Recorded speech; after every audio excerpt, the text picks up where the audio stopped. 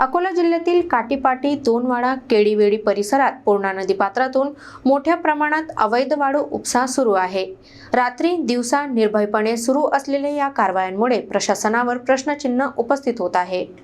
अकोला जिल्ह्यातील काटीपाटी, दोनवाडा ते केडीवेडी या पट्ट्यात गेल्या काही दिवसात अवैध वाळू उपशाचा उच्छाद वाढला आहे। पूर्णा नदीपात्रात रात्रीच्या काळोखातच नव्हे तर पहाटे आणि दिवसा ढवळ्याही ट्रॅक्टरची वर्दळ सुरू असल्याचे स्थानिकांनी सांगितले। वाहनांचे हेडलाईट बंद ठेवून कोणतीही भीती न बाळगता चालणारी ही कारवाई पाहून नागरिकांचा प्रश्न अधिकच गडद होतोय। हा उच्छाद कोणाच्या छत्रछायेखाली? या भागातील काही क्षेत्र अकोट तालुक्यात तर काही अकोला तहसीलमध्ये असल्याने प्रशासकीय गोंधळाचा फायदा माफिया सर्रास घेत असल्याचा आरोप ग्रामस्थ करत आहेत। विरोध करणाऱ्यांना धमक्या, दडपशाही आणि तक्रार करायला गेलं तर जीवाचीही भीती अशी परिस्थिती निर्माण झाल्याची माहिती समोर येते।